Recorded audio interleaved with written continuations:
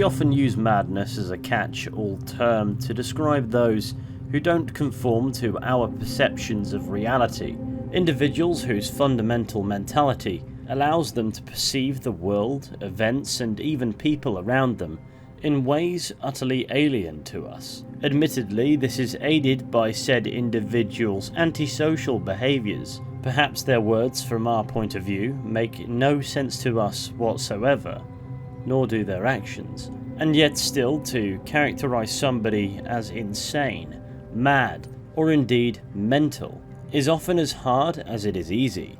And that's because words like insanity or madness are incredibly difficult to define, and then furthermore confine. For not only do you have to assign a meaning to a word that is so general it hurts, but then you have to assign parameters, a threshold that one must meet to be defined as such. But people are seldom linear enough for that to work. Nonetheless, every so often you happen upon somebody you're certain, in the back of your mind, if not the front, is bonkers.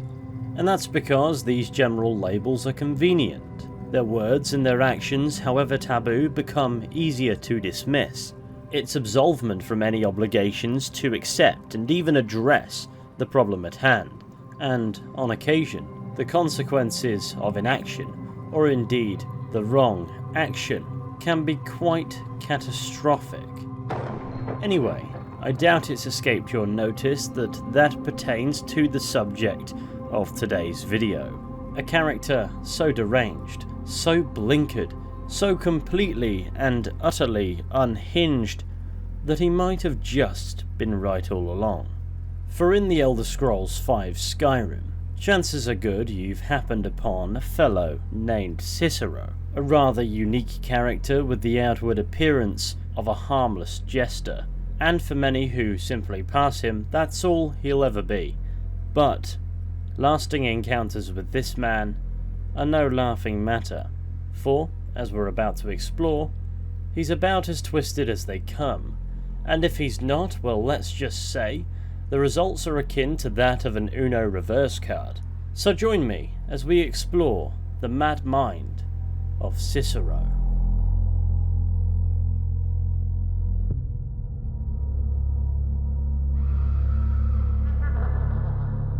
A first encounter with this Cicero occurs north of the city of Whiterun, where we might learn of rumours of a jester on the roads. North, by the Lorius Farm. Fool had a coffin in a cart with a broken wheel. I'd like to see him laugh his way out of that. And so, with this information, we know that there's apparently a strange jester near the Lorius Farm on the road north of Whiterun, and it would seem he's transporting a coffin in a cart, but one of the wheels has broken off. It might be worth investigating. After all, maybe he needs aid. And sure enough, following the road to the north of Whiterun, just over the boundary into the Pale, we will be able to see this Lorius Farm in the distance, and as we approach, the Jester's cart, complete of course with quite the foolish looking fellow. This is of course Cicero, and he appears to be in quite the spot of bother. Ah, bother and befuddle! Stuck here! Stuck! My mother, my poor mother. Hungry, at rest, but too still. Is there a problem, Jester? Oh, poor Cicero is stuck. Can't you see? I was transporting my dear, sweet mother. Well, not her corpse. She's quite dead. I'm taking mother to a new home, a new crypt, but... Ah! Wagon wheel! Damnedest wagon wheel! It broke. Don't you see? Is there some way I can help? Oh, yes! Yes, the kindly stranger can certainly help. Go to the farm, the Lorius Farm, just over there, off the road. Talk to Lorius. He has tools. He can help me. But he won't. He refuses. Convince Lorius to fix my wheel. Do that, and poor Cicero will reward you with coin. gleamy, shiny coin! So it doesn't take much to come to the realization that there's something off about this Cicero guy. He claims he's transporting his deceased mother to a new place of rest. However, his wagon appears to have broken down along the way. And by that, of course, I mean the wheel has quite literally come off.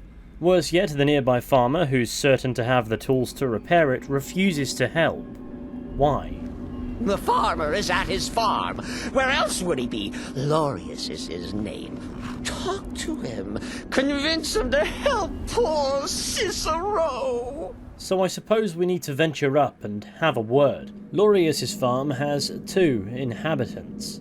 Vantus Lorius and his wife, Curway. You need something? Talk to my husband. Vantus Lorius. Or just Lorius, if it's all the same to you. Thank you very much. Will do. Oh, for the love of Mara, what now?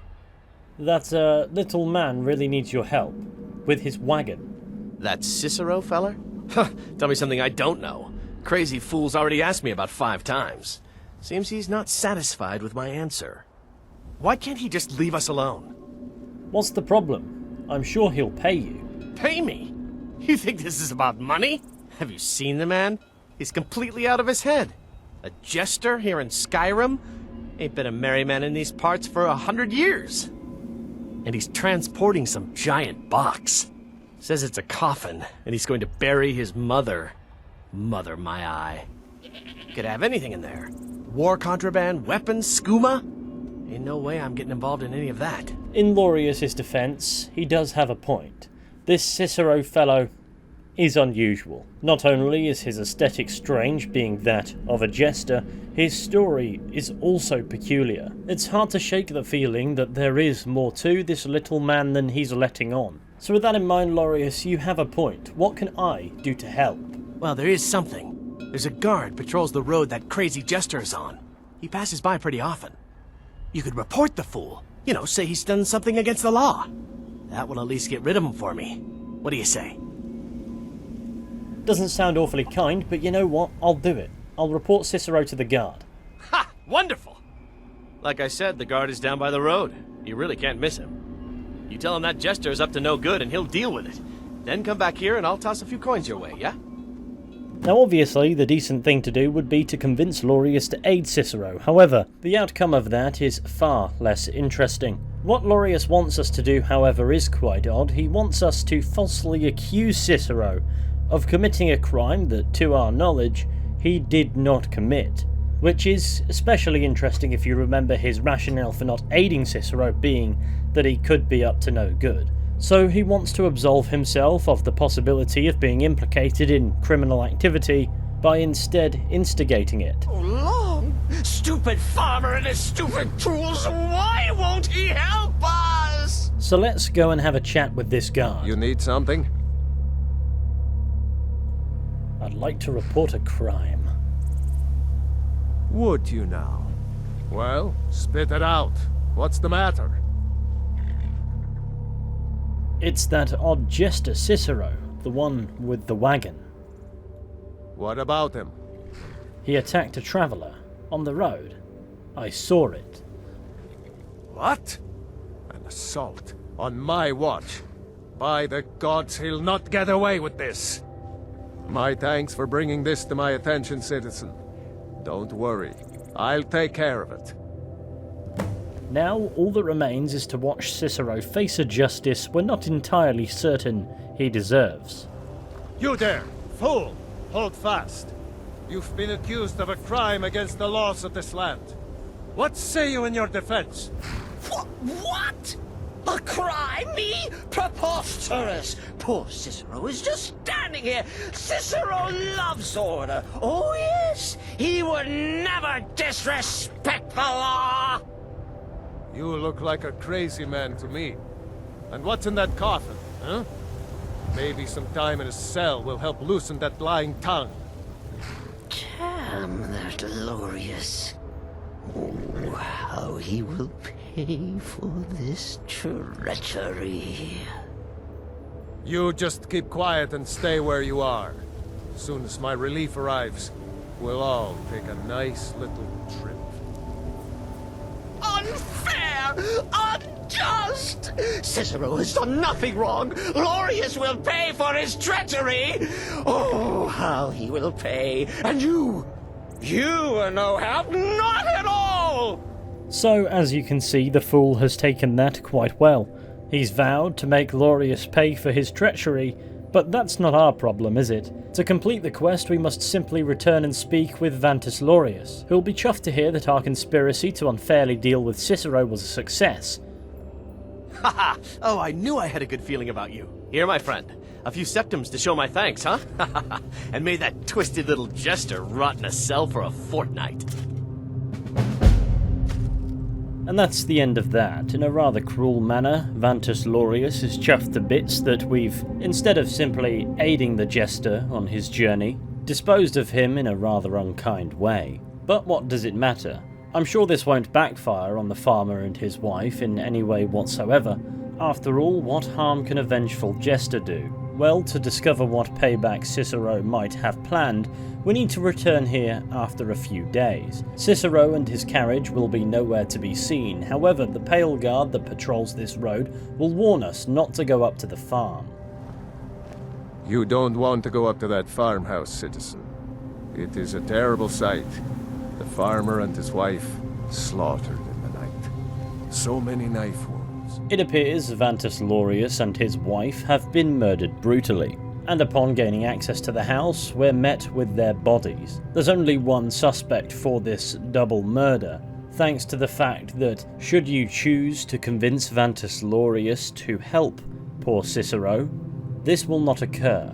Therefore, it would appear wherever the guards took Cicero, whatever charges they held against him did not stick, or he simply escaped, and having vowed to make the farmer pay, returned here, likely choosing his moment, broke in to the Lorius farmhouse, and slaughtered the couple for crossing him.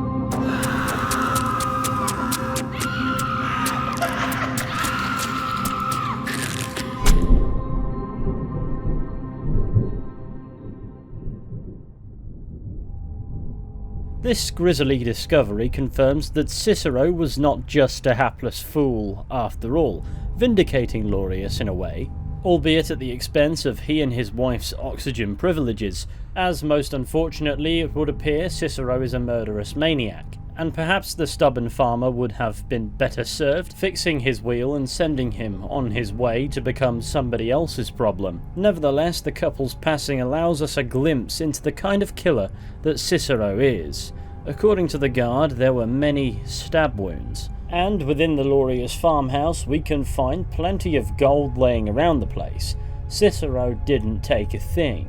He simply entered the premises, killed Vantis Lorius and Curwe, and departed, proving himself to be focused in the art of killing, if not a tad overly bloodthirsty, and of course well trained, as indicated by the fact that he took on two individuals much larger than himself and came out on top, leaving the local authorities none the wiser as to who committed this atrocious crime.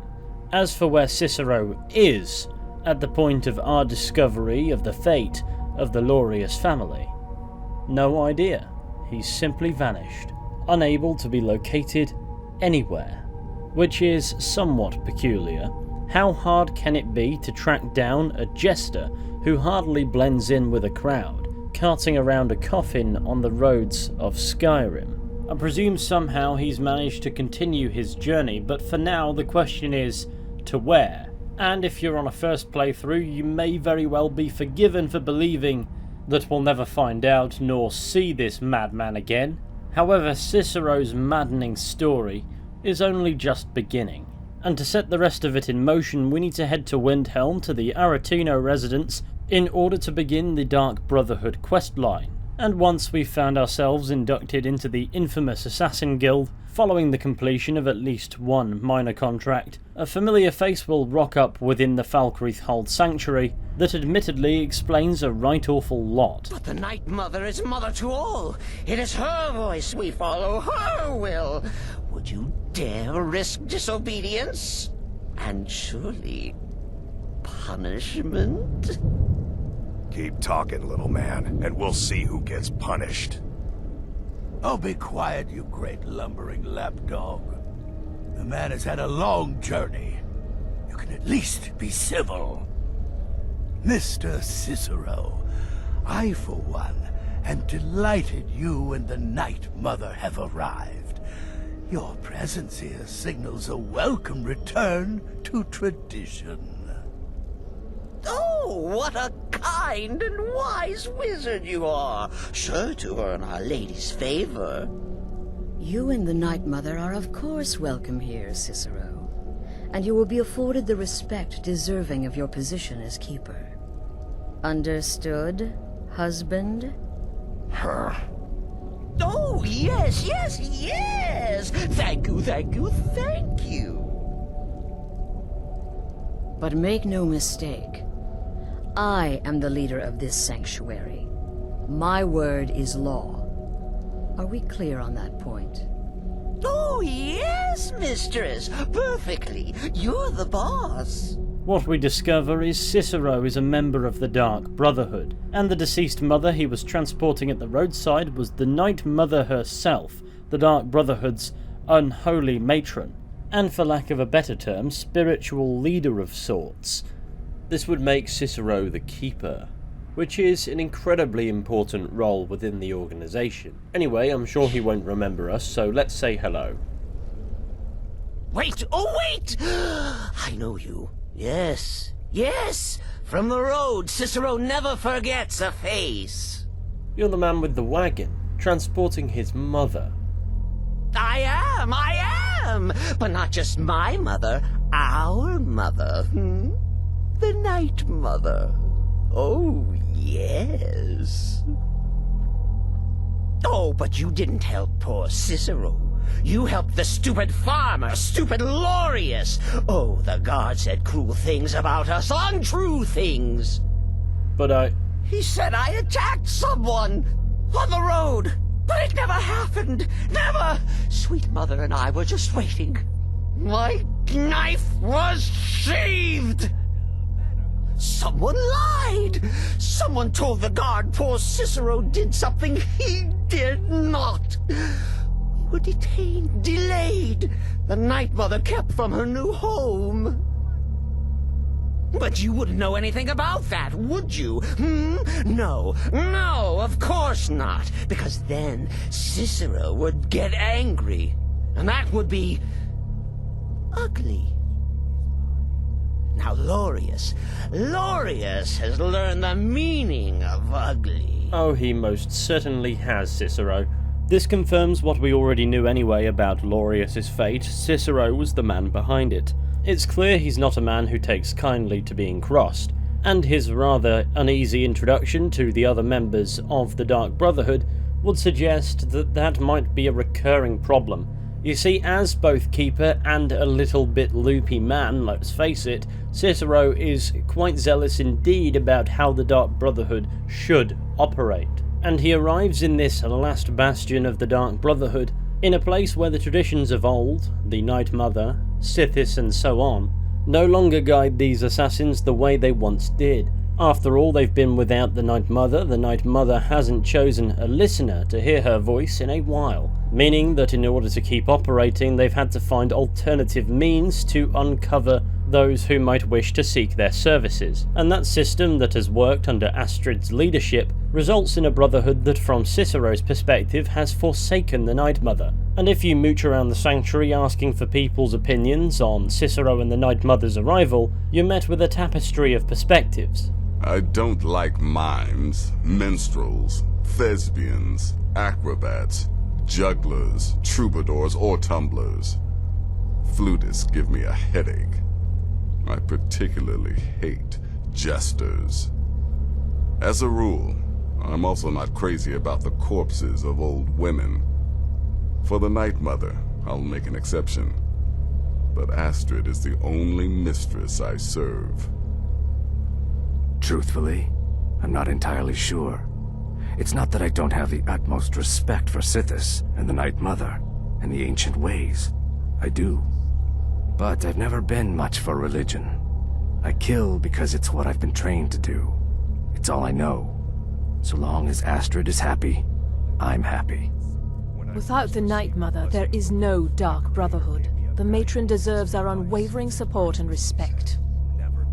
Though I admit, I find her keeper a bit too exuberant for my liking. Their arrival's the best thing that's happened to the Sanctuary in years. Astrid is an effective leader, but we've been rudderless for too long. Scrounging for contracts, abandoning the tenants, the Dark Brotherhood has been reduced to a group of common cutthroats. Frankly, it's embarrassing. The witless fool and his pet corpse? Take a guess. 200 years ago, I would have lain down my life for the unholy matron. But that age is long since past. Astrid is my matron now. So it would seem, with the exception of Festus Crex and perhaps Gabriella, the members of this failing Dark Brotherhood don't appear to have much time for the Night Mother. It would seem their chief loyalty is to Astrid, which I'm sure won't come across as sacrilegious in the slightest to a man who's dedicated his life to serving the unholy matron, rather enthusiastically I might add. So, Cicero, why did you come to the Sanctuary? The Night Mother's crypt in Breville was desecrated. The Imperial province is ravaged by strife. Nowhere there is safe at present. So Cicero brought Our Lady to her new home. Here, this is the only sanctuary left in all of Skyrim, you see. Such was my honor as keeper. And what are the duties of a keeper? Oh, Cicero takes care of Our Lady's body. Oils it, preserves it, keeps it safe. Makes sure nobody disrespects our matron's coffin. So, what can you tell me about yourself, Cicero? Me? Oh, Cicero is just the keeper. I keep. I look after our matron, you see, the Night Mother. I keep her clean and protected and happy. But I am not the listener. Oh, no. There is no listener. Not yet. But someday, I pray that one will come to hear her say the words. The listener? What's a listener? Oh, well, the listener is the only person the Night Mother speaks to. It is the highest honor attainable by a member of the Dark Brotherhood. Of course, Our Lady is dead, so she doesn't talk with words, since her lips are rotted. But inside the listener's head, I hear it's intimate. But there has not been a listener in years and years. Our Lady has not chosen Cicero, and certainly not Astrid, or anyone. But someday.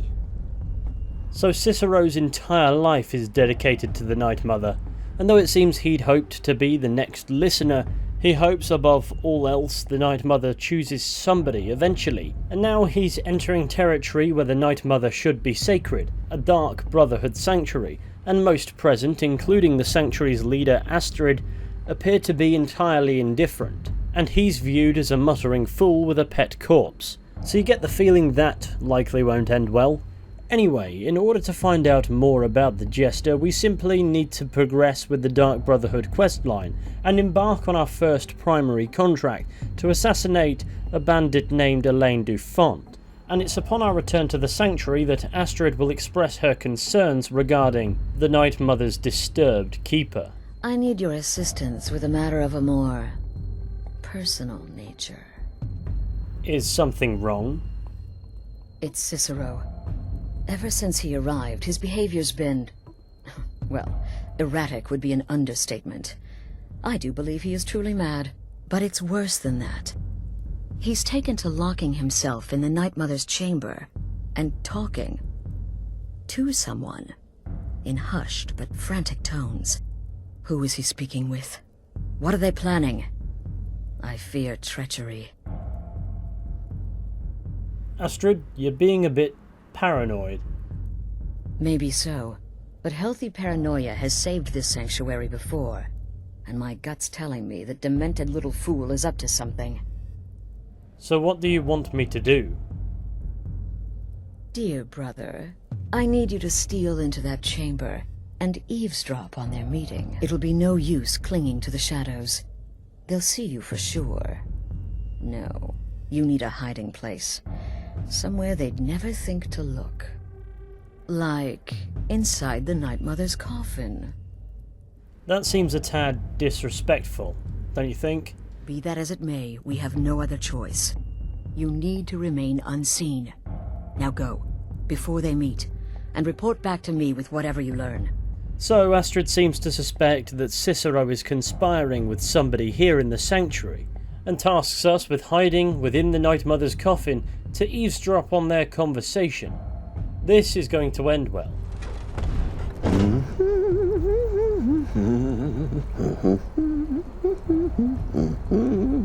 Are we alone? Yes. Yes! Alone! Sweet solitude!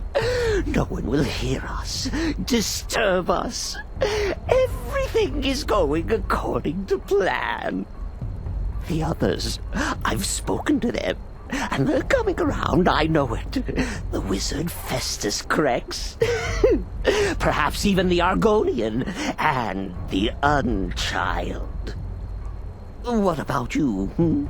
Have you spoken to anyone? No?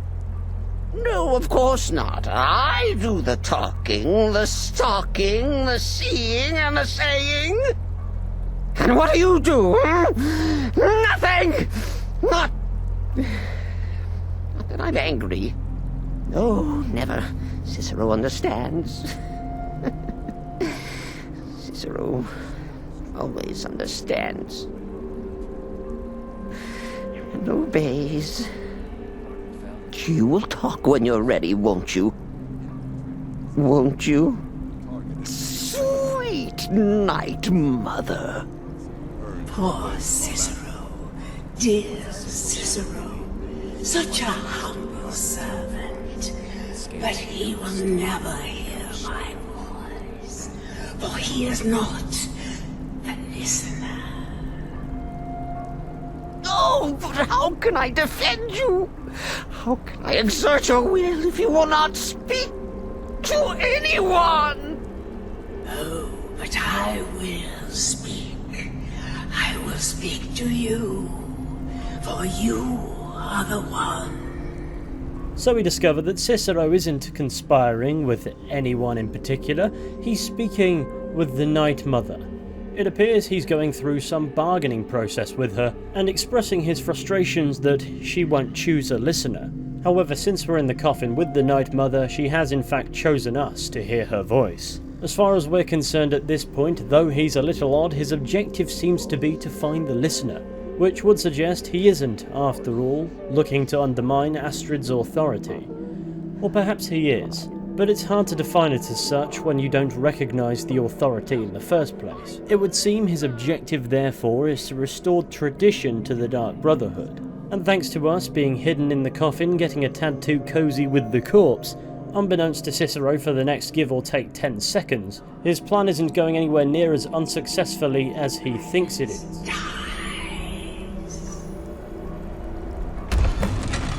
What? What treachery! Defiler! Debaser and defiler! You have violated the sanctity of the Night Mother's coffin! Explain yourself! Speak, worm! The Night Mother spoke to me. She said, I am the one. She spoke to you? More treachery. More trickery and deceit! You lie! The Night Mother speaks only to the listener! And there is no listener! Wait, she said to tell you, darkness rises when silence dies. She said that. She said those words. To you. Darkness rises when silence dies. But those are the words, the binding words, written in the keeping tomes. The signal so I would know. Mother's only way of talking to sweet Cicero. And it's true.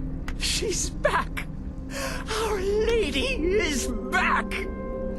She has chosen a listener.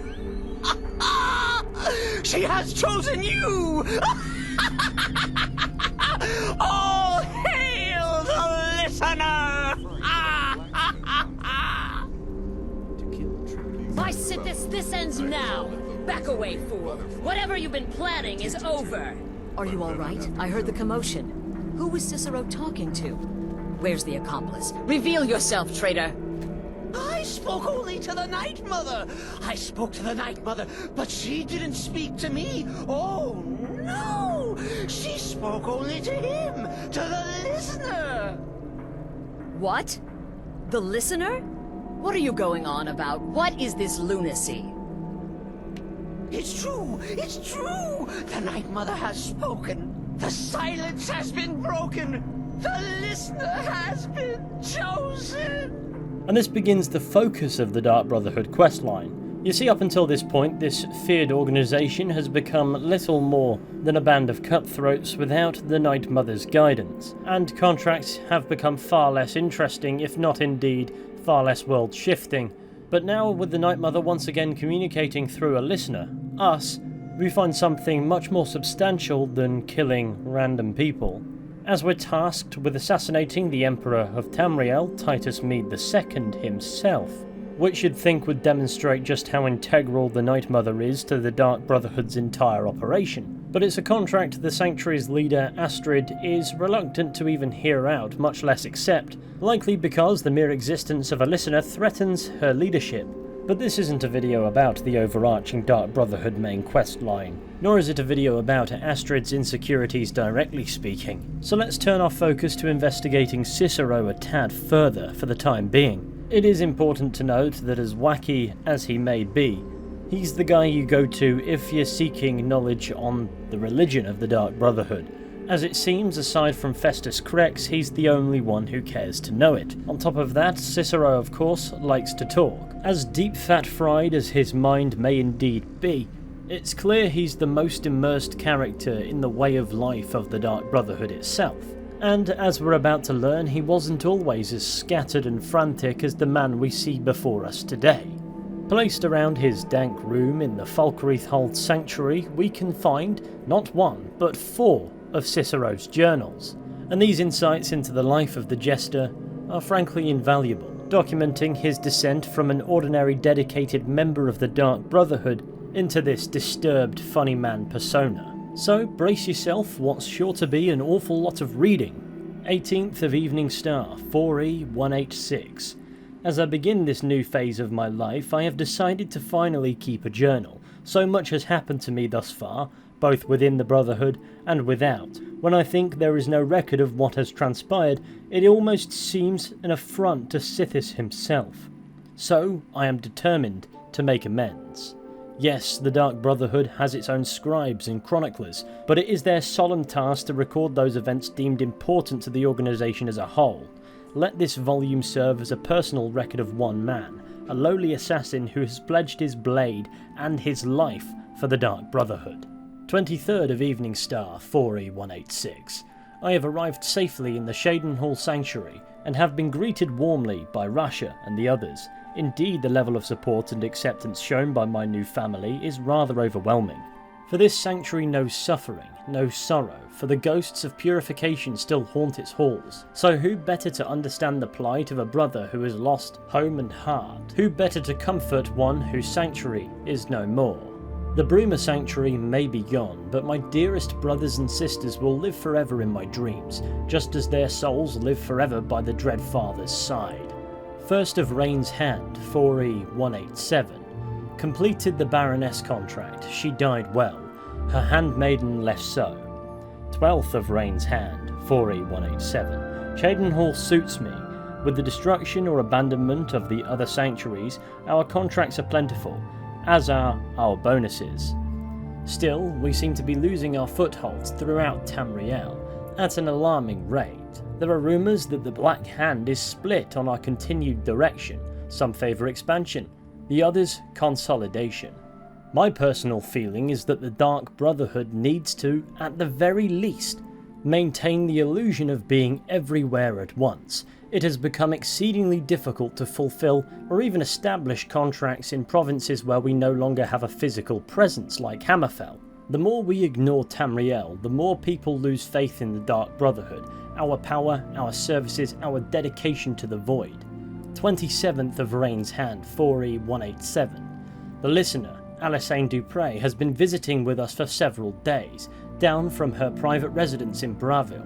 She and Rasha have been discussing the possibility of reopening the Shadowscale training facility of Archon in Blackmarsh, but ultimately decided we lacked the resources to follow through with the plan. 27th of Rain's Hand, 4E187. Completed the arena contract. I ultimately decided to pose as a starstruck fan and immediately got into the Grand Champion's good graces. While escorting the arrogant fool through the Great Forest, I slashed his throat and left the corpse for the bears. This is obviously a nod to the adoring fan from the Elder Scrolls IV Oblivion, but it does also portray a younger Cicero to be both mentally and physically competent as an assassin of the Dark Brotherhood. Still a crass killer who undoubtedly had a few screws loose already, but nowhere near as extreme as the character we meet in the Elder Scrolls V Skyrim. Anyway, his second journal begins on the 7th of Sun's Height 4E188 and reads, "Wayrest is lost. The city fell to Corsairs, and it's just a matter of time before the sanctuary is breached. May the Night Mother watch over her children in their hour of need." 5th of Last Seed 4E188. We received word today. The Wayrest Sanctuary was raided and destroyed by the Corsairs. There were no survivors. There are now only 3 active Dark Brotherhood strongholds remaining. The Cheydinhal Sanctuary, here in the Imperial Province, a remote sanctuary located in a forest in Skyrim, and the Corinthi Sanctuary of elsewhere. The Black Hand has ordered the Corinthi Sanctuary closed and its members integrated into our own ranks here in Cheydinhal. I will embrace those new family members as warmly as I was when I first made my home here. 27th of Hearthfire, 4E188. The situation in Bravil grows more dire. The city has erupted in violence due to a war of control being waged by Cyrodiil's 2 largest skooma traffickers. The listener, Alyssane Dupre, has been forced to employ sellswords to protect her own residents. 1st of Sun's Dusk, 4E188. Things in Bravil have come to a head. The statue of the lucky old lady has been destroyed, and Alyssane Dupre has left her residence to guard the crypt of the Night Mother, hidden below the remains of the statue. If the crypt is discovered, Alyssane Dupre will, of course, protect the remains of the unholy matron until her dying breath. Rasha is sending Garnag and Andromaca to aid in the crypt's defense. I begged to accompany them, but Rasha wouldn't have it. He says my place is here, defending this sanctuary, and I must of course respect that decision. 12th of Sun's Dusk, 4E188. Botched my contract and forfeited the bonus. The silk merchant was already cold, and I was halfway through the window when her daughter stepped into the room. I had little choice at that point. 21st of Sun's Dusk, 4E188. So much has happened since my last entry. After Garnag and Andromaca left for Bravil, we stopped receiving communications from the city. We feared the worst. This morning the fears were confirmed, when Garnag returned alone transporting a most precious cargo, the great stone coffin of the Night Mother herself. The story Garnag told could curl the blood of even the most hardened of Sithis' servants. The crypt of the Night Mother raided, dearest sister Andromaca cut to pieces, and the listener herself, the most honoured Alyssane Dupre, burned alive in a storm of mage fire. Garnag, though gravely injured, he will most certainly lose his right eye, managed to fend off the attackers and transport the Night Mother's coffin safely out of the city. He has been on the road, making his way back here since that tragic night. So Cicero is effectively documenting the Dark Brotherhood as it crumbles around him. Sanctuaries are falling left, right and centre, the listener dead, his friends, his allies, his family falling one by one, and it's only going to get worse. His third journal begins on the 23rd of Sun's Dusk 4E188 and reads as follows. Now that things have settled down, the reality of our situation has finally come to bear. We are a dark brotherhood without a listener.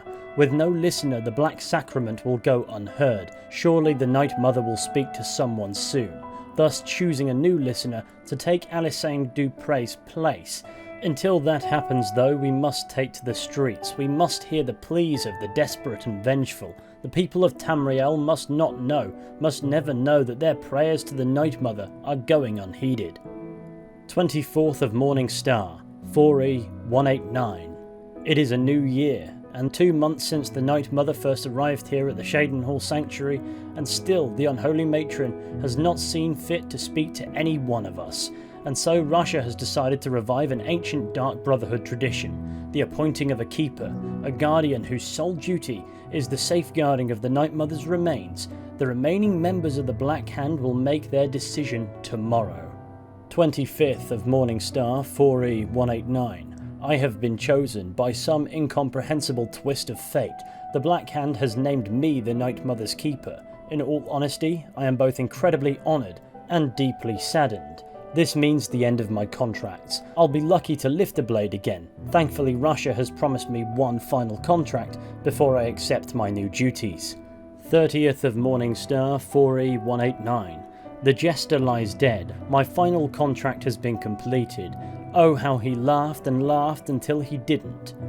3rd of First Seed, 4E189. I have settled well into my new role as keeper. It is my duty to not only keep the Night Mother's shrine clean and the candles lit, but to tend to the body as well. The Night Mother's crypt was a consecrated place, shroud-kissed, absent of sunlight and safe from the world above. Removed from there, the remains are subject to the filth and corruption of the living. The body is perfectly preserved, so the concern is not physical, but rather spiritual. The remains must be sanctified regularly, so that they may continue to serve as a conduit for the Night Mother's soul. Our matron's eternal spirit may travel the void freely, but it is through her own earthly remains that she communicates with the listener. And so I wash the corpse weekly with the requisite oils, recite the ancient incantations, and personally see to the extermination of any insects or rodents. If the Night Mother does not speak, it will be because she chooses not to, not because she is unable.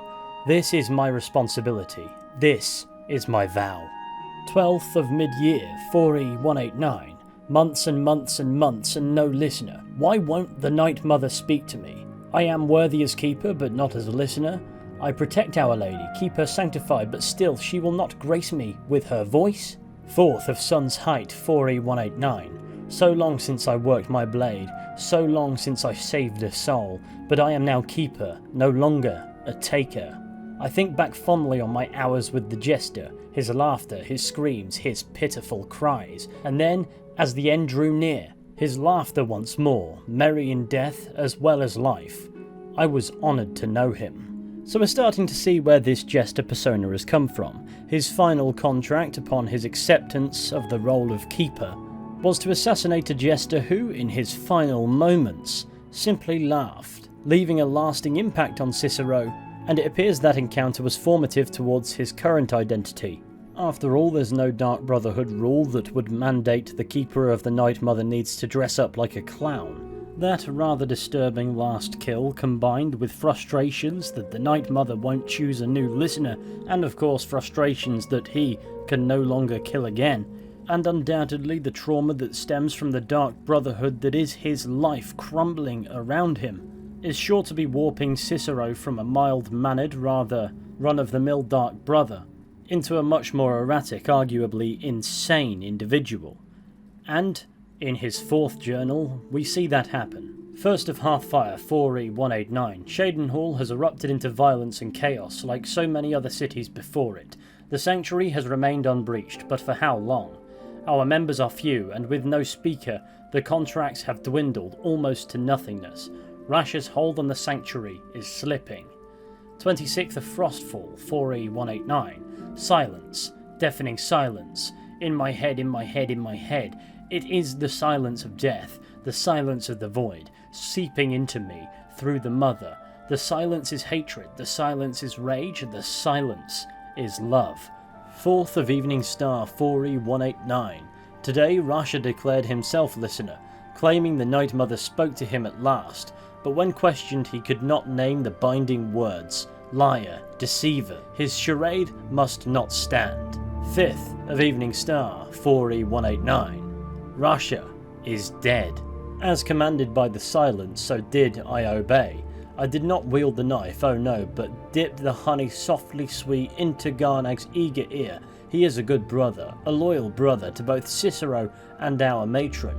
He did the deed gladly. 10th of Sun's Dawn 4E190. Only 3 of us left. Cicero, Garnag, Pontius. 15th of Sun's Dawn 4E190. The Night Mother remains silent. I remain unworthy. The Sanctuary remains doomed. 3rd of First Seed 4E190. I can hear it. Deeper and deeper, louder and louder, punctuating the silence like thunder on a calm evening. Laughter. 4th of First Seed 4E190.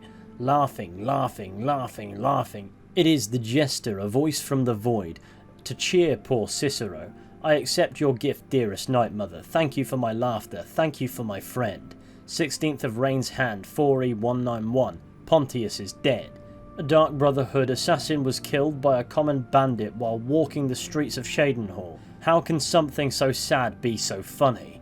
17th of Rain's Hand 4E191. I love the laughter, dearest Night Mother, but still, I long to hear your voice. It's not too late. Speak to me, my mother. Speak to me that I may set things right. I can save the Sanctuary. I can save the Brotherhood. You can have the laughter. Take it back. In exchange, then, the laughter for your voice. 2nd of Second Seed 4E191. It is not safe to leave the Sanctuary. We'll stay here. All is well. 29th of Last Seed 4E191. Garnag is gone. Gone, gone, gone, gone. Left to get food, but he'll be back. It's only been 3 months. 3 months. 3 months. 12 moths. 4 sloths. 21st of Sun's Dusk 4E192. Cicero is dead. Cicero is born. The laughter has filled me so very completely. I am the laughter. I am the Jester. The soul that has served as my constant companion for so long has breached the veil of the void. Finally and forever, it is now in me. It is me. The world has seen the last of Cicero the man. Behold, Cicero, full of hearts, laughter incarnate. 28th of Sun's Dusk 4E200. Found the old journal, decided to write. A treatise on silence, sound, darkness and light. How long has it been since the Night Mother first came here? How long since I was made keeper? How long since I became the fool? Since I've been alone? Since Showdown fell? Since they started pounding on the door like so many hammered heartbeats? It's dark in here, and quiet. Poor Cicero no longer hears the laughter, for he is the laughter. There is no listener in Showdown, no listener in Cyrodiil, no listener in me. We must leave here. Before the Sanctuary falls, before the Night Mother burns, before the Dark Brotherhood withers, before the laughter dies. 29th of Sun's Dusk 4E200. I took a stroll and spied a maid, but matron's duty stayed my blade. So busy now I missed the thrill. If only I had time to kill. And that is frankly an insight into Cicero without comparison. He went from a lowly assassin to the keeper of the Night Mother and watched the Dark Brotherhood in Cyrodiil fall, becoming its only surviving member, kept from killing by his duties to the Night Mother, and to serve the same purpose, unable to leave the Showdown Sanctuary, spending the best part of a decade alone. Very much so a prisoner of his commitment to the unholy matron, whose only company in that time, aside from, of course, the corpse, was the crazy laughter of the Jester who served as his final contract. And over time, he lost the ability to differentiate himself from the Jester. As a result, in his mind, Cicero became the Jester. And yet despite his complete loss of his own identity, his commitment to the Night Mother never once wavered. And even when he was all alone, the only member of the Dark Brotherhood left in Cyrodiil as far as he knew, he didn't leave. Not only did he lose his former self and become the Jester he'd been tasked to kill once, he became the Dark Brotherhood personified. And had he not adopted a wild Jester's persona, he would simply be nothing else, as no aspect of the man that was once Cicero remains. So to dismiss the character as insane seems too easy. But if you think about it, every single member of the Dark Brotherhood needs to be a tad on the mad side. After all, religion or no, they're all professional murderers. Cicero's unhinged, erratic guise, to me, comes across more as a technique with communicating with others and the world in general. It's a desperate attempt to cling to having a personality in wake of losing his own, and as such it compromises his ability to be taken seriously. And yet it doesn't appear to compromise his competence in carrying out his role as keeper. As his 4th volume of his journal suggests, even though he'd fully immersed himself in the personality of the Fool of Hearts, he was still both capable of recognising the time had come to move the Night Mother along to somewhere safer, not to mention presumably seek out a listener, and then execute such a task with competence, as demonstrated by the fact that he arrived with the Night Mother in one piece at the Falkreath Sanctuary in Skyrim. Meaning he's still adequately functional and there may indeed be a method to the madness. He may not necessarily be able to blend into much avail, and there's also no denying that compounding tragedies have broken the man. But he isn't compromised in effect. He is entirely disassociated from the version of himself that endured those hardships. He still retains the ability to fight with competence as demonstrated by the Lorius Farm incident, and as far as we can tell, he's still as driven as ever to fulfill his duties. Furthermore, despite his desire to be the listener himself, upon discovering that a listener has indeed been chosen, he proves himself capable of putting that disappointment aside, and if anything becomes quite hopeful. Oh, you are the listener! You are the listener! I have served Mother well, I have! And now let's factor in the fact that though he does ramble, they aren't the ramblings of a madman. The incoherent word soup of a man who's got a few screws loose. He may not be the most well-spoken of individuals, at least not when compared to the man he used to be, but even still he's fairly coherent. He may have a silly voice, a twisted sense of humour, a habit of alternating between referring to himself in the first and third person, and a good 24 other idiosyncrasies. But I can't shake the feeling that Cicero is adhering to a logical train of thought. I shan't deny he's nutty as a fruitcake. I'm simply stating that his apparent madness is the outer layer of something much more interesting. And we can turn our focus to that now that we've adequately explored his rather tragic backstory in all honesty, and that is his commitment to the Dark Brotherhood not only as a guild, but as a religion. You see, Cicero is what you consider to be a true believer in Sithis, the Night Mother, the tenets of the Dark Brotherhood.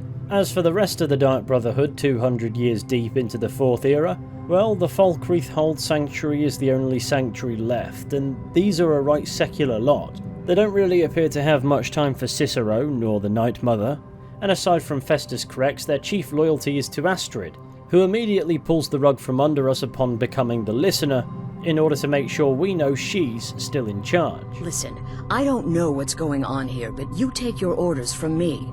Are we clear on that?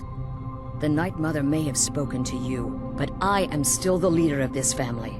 I will not have my authority so easily dismissed. You see, Cicero watched the Dark Brotherhood crumble in the absence of a listener, and the Dark Brotherhood in Skyrim is hardly in the glory days themselves. And now the Night Mother has seen fit to choose a new listener. Nobody seems hugely eager on listening. At least not without Astrid asserting her authority, to the point of virtually disrespecting the Night Mother's wishes, which I'm not entirely certain will go down well with the Keeper. After all, as Cicero puts it in his journal, his duties do extend to spirituality quite often, and that's what's being, if not entirely rejected, at the very least, suppressed.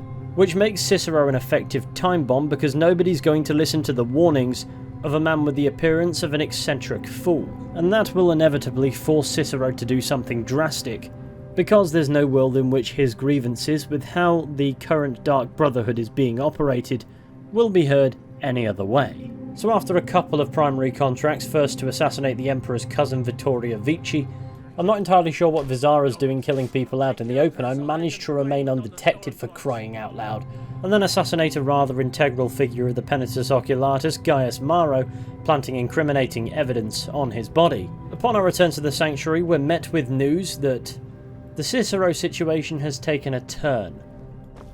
Just try to relax, Vizara. Let the elixir do its work. You'll feel better shortly. Thank you, dear. You are most kind. The Jester's cut feels as bad as it looks, I'm afraid. Damn it, this never should have happened. We knew better. We knew better, and still we let our guards down. Ugh! I'll admit, even I'm having a hard time disagreeing with you. Marrow is dead, I know, but we've got bigger problems right now. Gabriella mentioned something about Cicero. The fool went absolutely berserk. He wounded Vizara, tried to kill me, and then he fled. I knew that lunatic couldn't be trusted. Oh, it's true, I'm afraid. Cicero was a little whirlwind, slashing this way and that. It would have been funny if he weren't trying to murder us all. Don't forget the ranting and raving. About the Night Mother, how she was the true leader of the Dark Brotherhood, and Astrid was just a pretender. Look, we've got to deal with this situation. You've got to deal with this situation. What do you want me to do? I want you to find that miserable little fool and end his life. But first, find my husband. Make sure he's all right. After the attack, Arnbjorn flew into a rage. When Cicero left, Arnbjorn went after him. They disappeared into the wild. Search Cicero's room. Maybe there's something in there that sheds some light on where he might have gone. Let me know the minute you find something. I've got to see to Vizara and calm everyone down. Bested by a fool. Who's the fool now, Hush, Vizara. You were very brave. Astrid may well be dead if not for you. She's right. I'll be forever in your debt, dearest brother. Now be quiet. Just rest. In short, as anticipated, Cicero has royally kicked off, and in an attempt to kill Astrid for being but a pretender standing in the way of the true leader of the Dark Brotherhood, the Night Mother herself, has managed to quite badly wound Vizara. And now everyone in the sanctuary, that isn't a corpse at least, wants him dead. Any thoughts on the current situation, guys? Yes, do not underestimate Cicero. A man like that, small and foolish, is easy to mock. To underestimate. Don't make the same mistake I did. Cicero destroyed any sympathy I may have had for him when he wounded Vizara. Kill the fool and be done with it. Alright, so maybe I was wrong. Maybe Cicero coming here wasn't the best thing that could have happened. But even I didn't anticipate this. Well, you know the old saying, when life gives you lemons, go murder a clown. Burn that little Should have Jester figured the alive. little lunatic would completely snap. Going after Cicero now would be a fool's errand. That little Jester is currently being digested in Arnbjorn's stomach. Mark my words. Go on now. That twisted Jester will pay for what he's done. So, did something set Cicero off? No, nothing.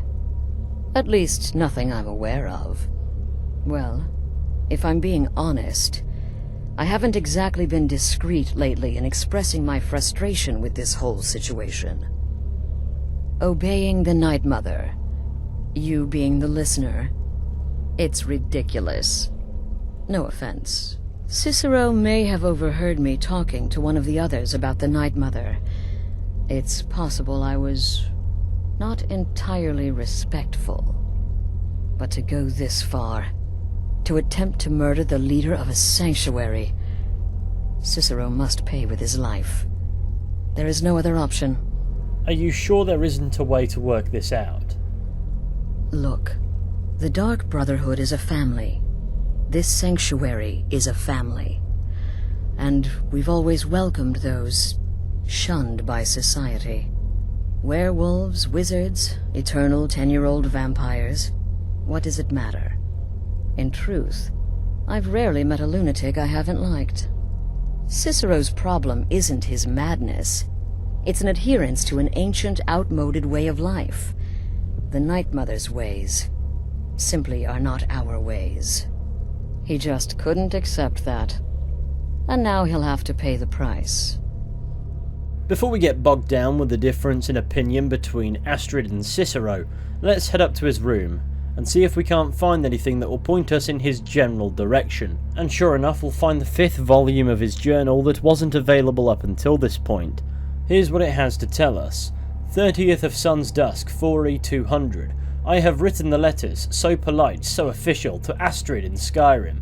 Her sanctuary still stands, still operates, but how? No listener means no Black Sacrament. No Black Sacrament means no contracts. Her family can abandon the old ways and still survive, still kill, but is that family still Brotherhood? Or something else? Something new, something different, something wrong. Something wrong. Still, we must go. Tomorrow we set sail, float on a boat through the moat called the sea, her and me. 22nd of Evening Star, 4E200. Sick of the rocking, tossing, rolling, throwing upon the grey waves. I've been reading of Skyrim, of the good days, the old ways. There was another sanctuary once, a Dawnstar sanctuary, good, ancient and strong, blessed by Sithis. Cicero will go there, no need of Astrid. The mother and I will settle, and she will speak to me, finally, and we will build the old ways anew, together. 23rd of Evening Star, 4E200. The passphrase is mine, I have found it, a letter ancient as the sanctuary itself. The Black Door will ask, what is life's greatest illusion? I am to answer, innocence, my brother. Finally, a space, a place to call my own, a joker's retreat for the fool of hearts. 4th of First Seed, 4E201. The sanctuary is home, as I had dared hoped. Cool and dark and lovely, my sanctuary, sanctuary from all. I know its every corner, every hall, every shadowed nook and alcove, my sanctuary. The guardians know me, recognize me as keeper. They leave poor Cicero alone. The big ugly beast, a different story. He'd eat me, if he could. But to bind me, grind me, he'd need to find me. And Cicero will make sure that does not happen, for I have sanctuary, sanctuary from all. 13th of First Seed, 4E201. The sanctuary is safety and salvation, but silent, so silent. I give my love to the unholy matron, I give my laughter freely, but I do not hear her. The silence has returned. Now that I am laughter, and no longer hear laughter, I once again hear the silence of the void. It reaches across time and space. Its silence is deafening once more. The First of Rain's Hand, 4E201. Mother and keeper must go. I am not the listener, and never will be. But I am the keeper. I must serve my mother's will above my own. I must find her listener. I must teach Astrid the errors of her ways, the beauty and necessity of the old ways. I have sent the letter to Astrid. We leave soon. But Cicero will keep this sanctuary as his sanctuary, a place to rest and ply my trade, for I once more take up the blade and send some lucky souls to him, when laughter strikes, as fits my whim. I suppose these are his most absurd scrawlings by some margin, but the gist of it is we'll be able to track Cicero down at his sanctuary in Dawnstar, where he initially went. Having known ahead of time the branch of the Dark Brotherhood stationed in the Falkreath Sanctuary weren't really ones for the religious aspect, which from Astrid's perspective is Cicero being unable to accept that the Dark Brotherhood has moved on into something far less culty. But Cicero's point of view is equally valid. An entirely secular band of cutthroats living in the woods are not the Dark Brotherhood, for the whole point of the Dark Brotherhood is thanks to the aid of the Night Mother, and by extension Sithis, they can both see and know all, and be anywhere.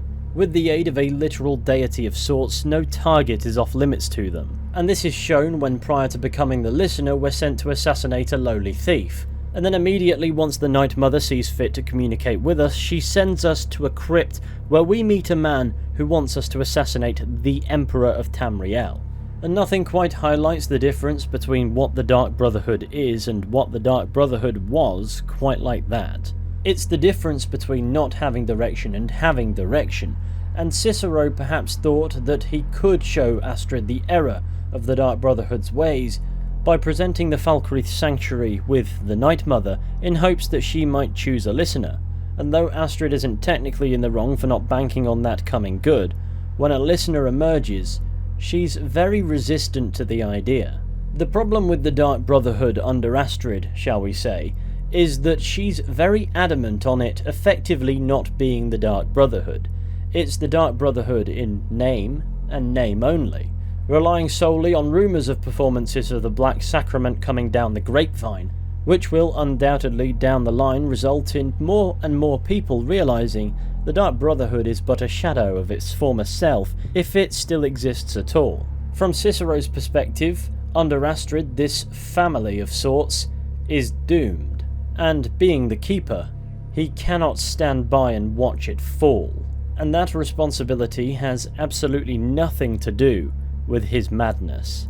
And if he had indeed overheard Astrid disrespecting the Night Mother, it's a direct violation of one of the 5 core tenets of the Dark Brotherhood, and Cicero is bound by duty to not allow that to stand. And it's not the first time that Astrid and the other members of the Dark Brotherhood blatantly violate the tenets of old. This first one is technically violated several times.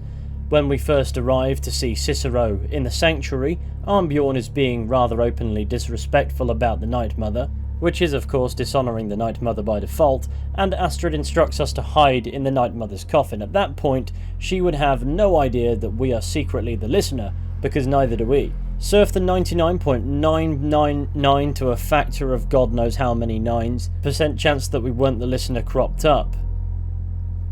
Yeah, that one was pretty bad. As for Tenet 2, never betray the Dark Brotherhood or its secrets. To do so is to invoke the wrath of Sithis. Bide your time. Tenet 3 is to never disobey or refuse to carry out an order from a Dark Brotherhood superior. To do so is to invoke the wrath of Sithis. Think about Astrid's reluctance to allow us to go and speak with Amand Motier after the Night Mother told us to do exactly that. She impeded the Night Mother, a Dark Brotherhood superior. Therefore, Astrid, reservations justified or otherwise, is guilty of this one, I'm afraid. Tenet 4 hasn't really had an opportunity to crop up, but I'd imagine not. As for Tenet 5, much like Tenet 2, bide your time, I guess, sort of. Therefore, from Cicero's perspective, Astrid and all who follow her are blasphemers. And so he deals with Astrid as if she isn't a member of the Dark Brotherhood because from his perspective she just isn't. Cicero snaps because he's concluded there's no saving the Falkreath Sanctuary from its own hubris. Is he himself guilty of violating a particular tenet here? Perhaps, as he does attempt unsuccessfully to kill Astrid, but she doesn't run an operation that adheres to these tenets in the first place, or indeed any of the philosophical points of the Dark Brotherhood itself. Therefore, can these tenets realistically protect her? That said, was he wise to attempt to eliminate Astrid? Perhaps not, but we're talking about a man who dresses up as a clown and giggles. I think considering his behaviour isn't erratic and reckless enough. As for him leaving the Night Mother, it doesn't seem like the most sensible move, as nobody in this sanctuary seems to care much for her. But after his explosive response to Astrid existing, it wouldn't make sense to go and pack her up while everyone else in the sanctuary wants you dead. And even if he is momentarily split up from the Night Mother, he wouldn't be a very good keeper if he too was a corpse. So with the short term in mind, a sound strategy appears to be to slink off into the night and evade perhaps the most incompetent werewolf in the game, that is Armbjorn. Anyway, that is more than enough rambling on that point, so let's quickly inform Astrid that we know where Cicero went. Have you found something? Yes, Cicero's journal. Good, good. Does it say where he may be headed? Yes, an abandoned sanctuary in Dawnstar. I have the passphrase. The Dawnstar Sanctuary? Whatever for. Never mind, it doesn't matter. You need to leave. Now. Every moment counts, so I want you to take my horse. His name is Shadowmere. You'll find him outside by the pool. Let's just say he's one of us. Find Armbjorn. Make sure my husband's all right.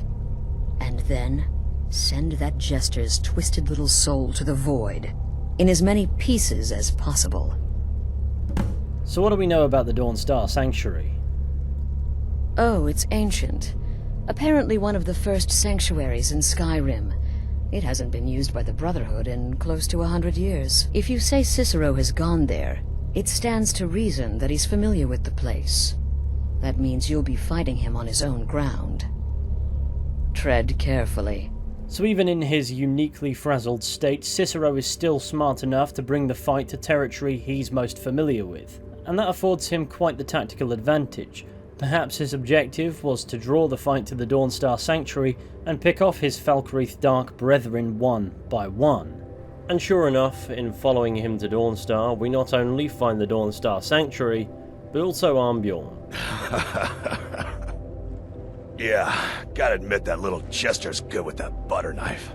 But don't worry, I gave as good as I got. Where is Cicero now? In there, through the door. Some old sanctuary by the looks of it. I would have followed him, but I don't know the phrase. I know the phrase. I'll get Cicero. You go home. Alright, you convinced me. Doubt I'd be much good to you anyway. The little fop cut me pretty deep. But I slashed him good. Pretty sure I severed an artery. Don't know what you're gonna find in there. But you can probably just follow the blood. And with that, the time has come to venture inside and face Cicero. Listener! Is that you?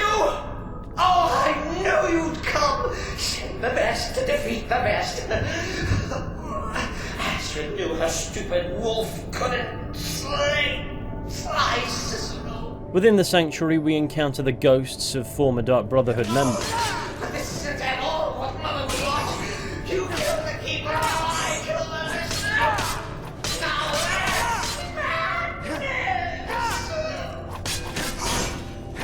listener. These must be the guardians that Cicero mentioned in his journal. As we venture deeper into the sanctuary, Cicero's ranting continues.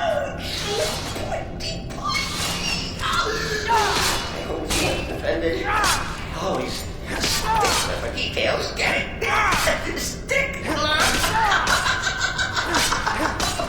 I slay me. The Mad Jester has all sorts of surprises waiting for us in here. Traps, guardians, a troll.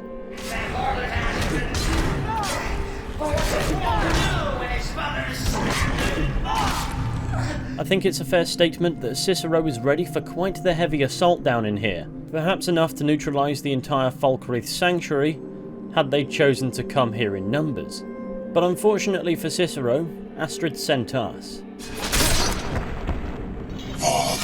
And so, it's only a matter of time before we come face to face with the Fool. You caught me. I surrender.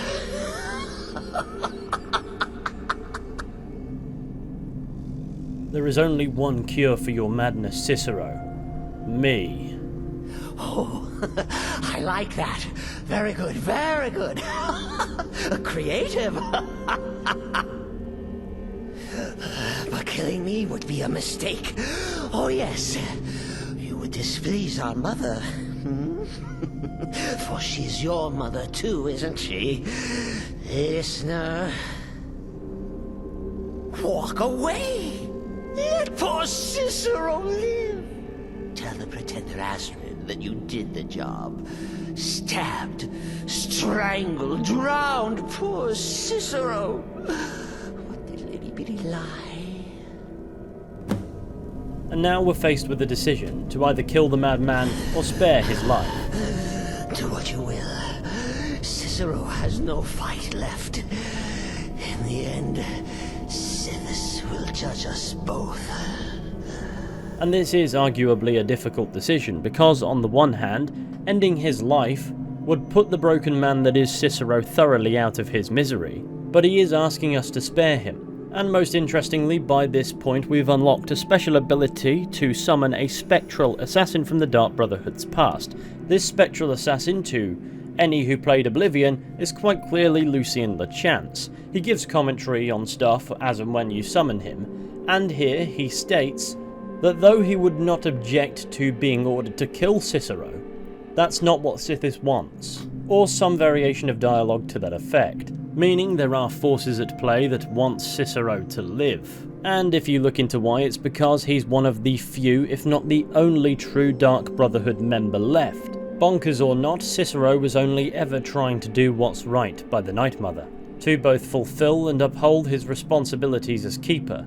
And aside from defending himself in the Dawnstar Sanctuary, never lifted a finger against the listener. He may have the outward appearance of a lunatic, but he's not a traitor, not really.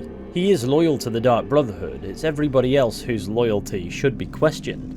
And so with that in mind, I personally let the fool live. Because with what's to come in the Dark Brotherhood questline, we're about to come face to face with just how right Cicero was all along. You see, the first attempt on the Emperor's life turns out to be a trap set by the Penitus Oculatus, with Commander Maro revealing that we've been betrayed by Astrid. Surprised? So was I when a member of your family came to me with a plan. We worked out a deal, you see. An exchange. I get you, and the Dark Brotherhood gets to continue its existence. But you know what? I've changed my mind. How about this? I kill you, and butcher each and every one of your miserable little friends. Your sanctuary's being put to the sword right now. That's what I think of this deal. You killed my son. All of you. And now you'll pay the price. Kill him. Make sure there's nothing left to bury. What in the bloody blazes? So not only has a member of the Dark Brotherhood that we can only assume is Astrid as the only individual with a motivation for such a betrayal turned on us, the Penitus Oculatus have in turn betrayed her and are currently putting the sanctuary to the sword. And that costs the guild most of its members' lives. Festus Crex, Gabriella, Armbjorn, Vizara, all of them fall to the Penitus Oculatus, with the only survivors as far as we can tell being Babette and Nazir. And following the burning of the Falkreath Sanctuary, we come face to face with the traitor, Astrid. Alive! You're alive! Thanks for this. Astrid. Shh. Please. There isn't much I have to say. And not much time. I'm sorry. So very sorry. The Penitus Oculatus. Marrow. He said that by giving you to them, he would leave the Dark Brotherhood alone. Forever. Oh, my Sithis, I was such a fool. All of this, it's all my fault. You are the best of us. And I nearly killed you. As I've killed everyone else. You will be judged by Sithis in the Void. I pity you. No. Don't pity me. I deserve whatever fate the Dread Lord has in store. I betrayed you, and now Marrow has betrayed me. Fitting. I just wanted things to stay the way they were. Before Cicero. Before the Night Mother. Before you. I thought I could save us. I was wrong.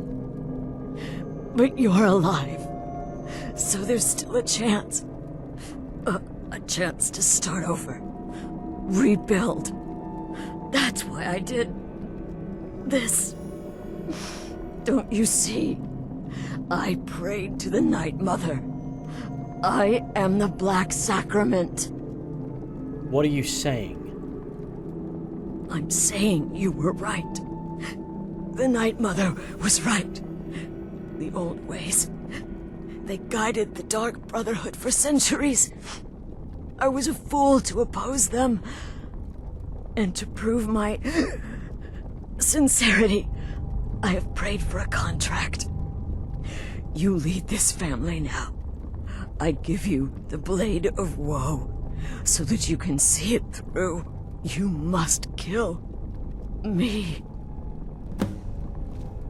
You have no choice. Thank you.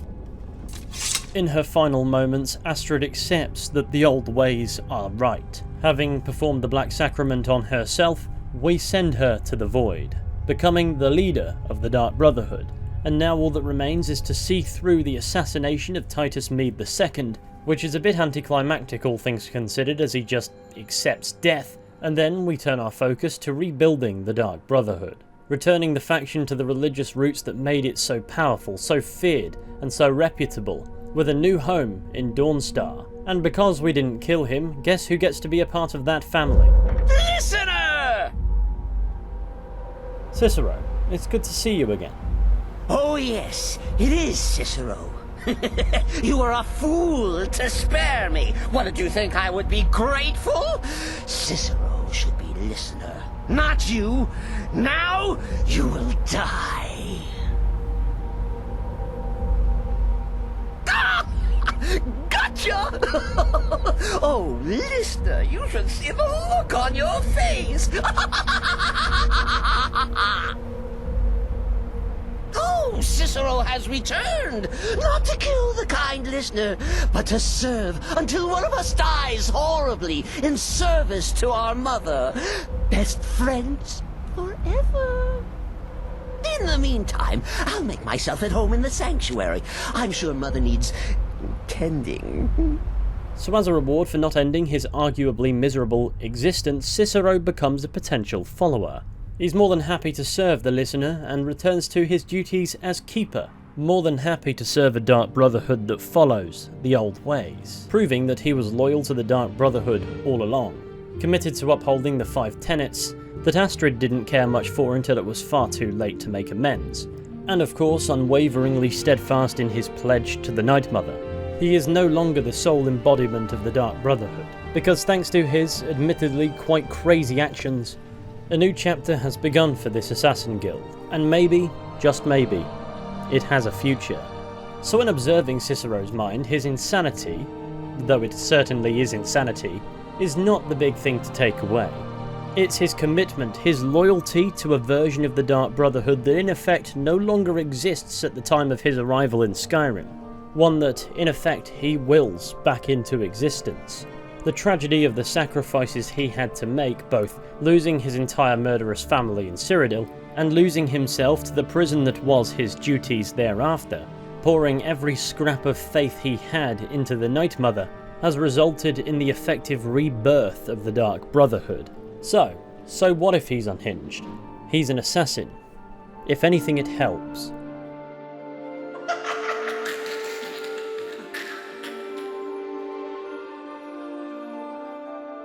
And that brings us nicely to the end of today's video. I appreciate that this has been a long video, and if you've made it this far then thank you so much for stomaching me for this long, but I have enjoyed this moderately long-winded analysis, and hope you have as well. Now as for the message behind this Cicero character, there are certainly a few. One is to not underestimate people, because everyone underestimates Cicero. That doesn't work out for them. But I think another meaning behind Cicero is to put into perspective insanity itself. Who's really insane in the Dark Brotherhood questline? Is it the acquired taste Jester who says avant-garde things and has the outward appearance of a nutcase? Or is it Astrid content to perpetuate the bastardization of the Dark Brotherhood under her leadership? Or is everybody nuts because in the end of the day we're all professional murderers here? On that front you'll have to let me know your thoughts down in the comments section. Thank you all for watching today's long video. I really hope that you've enjoyed it. If you did, be sure to go ahead, leave a like, subscribe, share the channel with your friends, all that wonderful stuff. It would be massively appreciated. Maybe drop me a follow on some social media, stuff like that. It's entirely up to you. If you did enjoy this video and covet more and simply cannot wait for the next installment, I have got a humble playlist that's growing and growing. Perhaps you'd fancy checking that out. And with all of that handled, with any luck, I'll be seeing you all very soon with another video at some point. But please, until next time, take care and goodbye.